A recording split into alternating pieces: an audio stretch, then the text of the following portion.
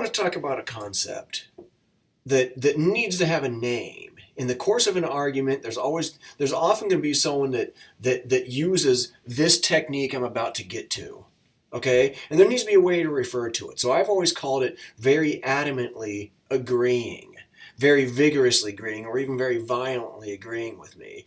And so this comes up in a lot of things. You'll say something, and someone that thinks they're rebutting what you're saying will actually be confirming what you're saying. Their argument actually is in favor of the truth of what you just said.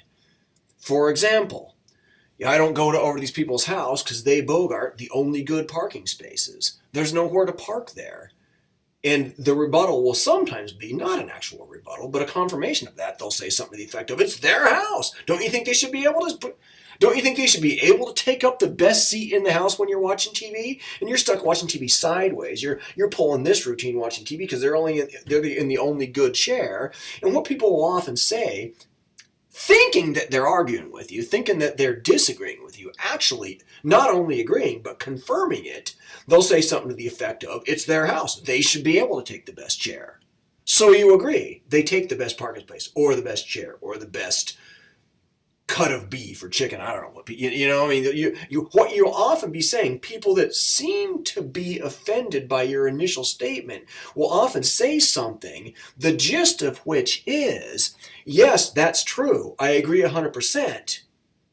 And I can even explain it. Why? I can even explain why that's the case. I can even give more ammunition to that argument, whereas they were initially offended and think that they were somehow disagreeing with you.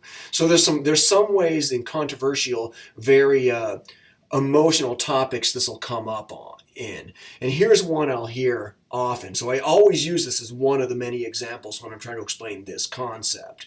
So I've heard this even in like college classes. Now keep in mind, I've never made this argument, and I don't believe what some people seem to about women's roles in history. But when you're talking about something that happened in the 18th century or the 19th century, you'll often, even earlier, early 20th century, you'll hear someone saying, whatever you're on. Well, women wouldn't have been doing that. There would have been no one female involved with that. They didn't vote, they didn't own property, they didn't work, they didn't talk on the phone, I don't know, whatever. And even though I'm never the one saying this, I've witnessed many of these conversations where someone says, well, wait a minute there. Women weren't doing blank.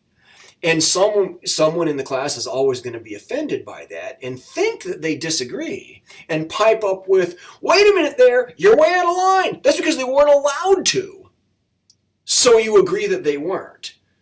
And so none of you need to write in below and comment on this topic, because those of you that are offended by someone pointing out women's roles in history, I probably agree with you. Again, I'm never the one that makes this topic. I think they invented agriculture.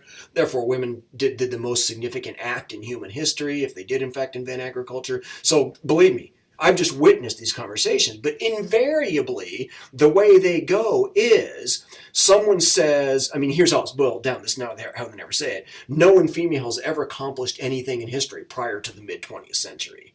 That's what people seem to be hearing. They're always saying something more specific than that. And you go, someone in the room pops up and goes, wait a minute there, that's because they weren't allowed to vote, work, own property, speak in public, leave the house, whatever. And those people that were offended by the initial statement, that think they're rebutting it, are actually not only agreeing, but confirming it. They're saying, yes, that is true. They didn't do this. They didn't accomplish this. The whole female half of the species accomplished very little prior to, whatever date, whatever constitution, the formation of whatever country. And again, I probably agree with all of you that would be offended by those kind of statements. So this isn't a channel about women's rights, which I don't oppose, but I'm saying that's an ideal example of this concept I refer to as very vigorously agreeing. Someone says something that has an emotional response in you that you actually agree with. You don't realize that at first. You don't say to yourself, yes, what they said is 100% accurate. And in fact, I can tell you why. I can give those, supporting paragraphs in an essay that you had to write in 7th grade. Here's my thesis. I'm going to explain why that's true. Here's my conclusion. People giving you those aren't rebutting the thesis. They're confirming it. They're giving more ammunition to the thesis and the conclusion by explaining why that's the case. So again, this can be used in any number of topics.